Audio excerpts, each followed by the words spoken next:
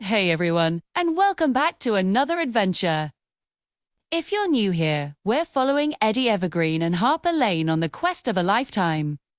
Last time, you'll remember, Eddie discovered an ancient compass in his grandfather's attic. But this isn't just any old compass, it has a strange, glowing symbol on it, a symbol that seems to be pulling him and us toward an unknown destination. Our story picks up with Eddie, a brave 14-year-old explorer. Decked out in his classic red tee and khaki shorts, backpack ready for anything. Alongside him is his brilliant friend, Harper Lane, with her signature blonde bob and round glasses. She's got her tablet out, ready to document every single discovery.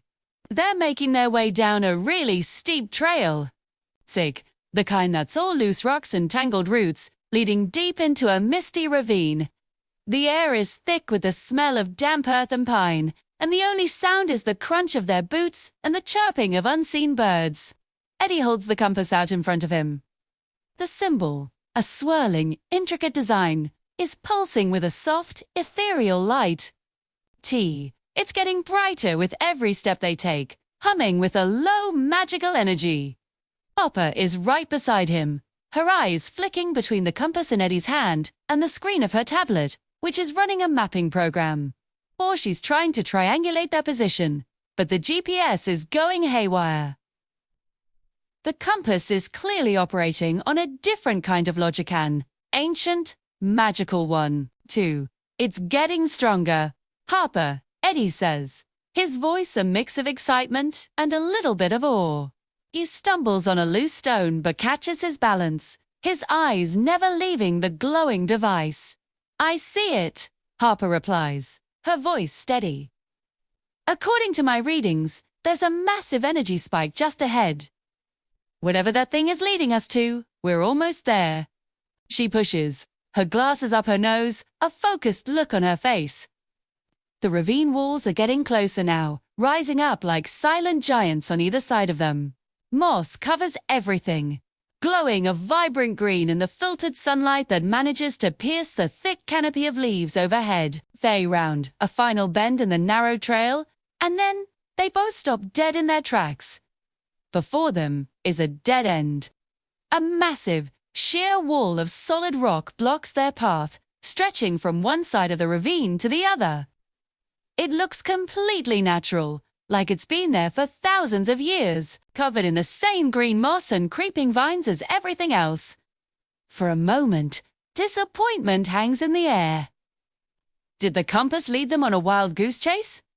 A dead end, Eddie says, his shoulders slumping slightly. But the compass was so sure. Harper, however, isn't so quick to give up. She's scanning the rock face with a discerning eye. Wait a second, Eddie. Look closer. She points to a section of the wall, about chest height. Right there. Eddie follows her finger.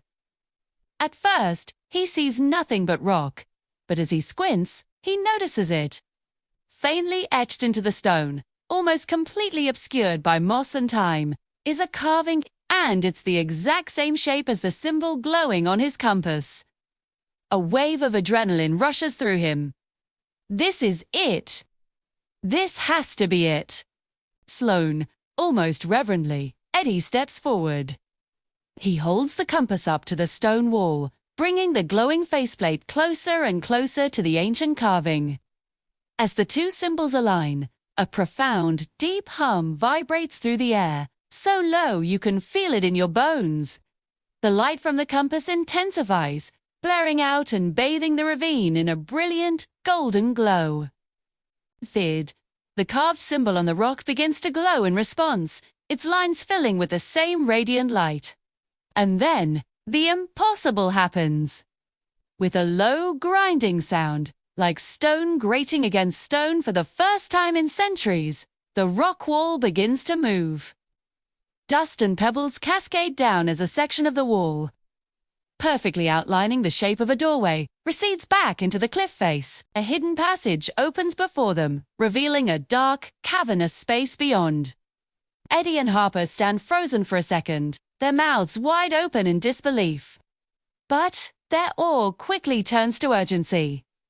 The grinding sound continues, and they realize the stone door isn't staying open. It's already starting to slide shut. "We have to go, now!" Harper yells, grabbing Eddie's arm. They don't have time to fully enter. They just peer inside as the gap narrows for a fleeting moment. The light from the compass illuminates the interior. What they see takes their breath away. Carved into the back wall of the hidden chamber is a gigantic, intricate map.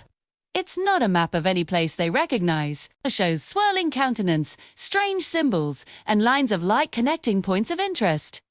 It's a map of a secret world. Before they can process it all, with a final heavy thud, the stone door seals itself shut, leaving only the seamless rock face once more.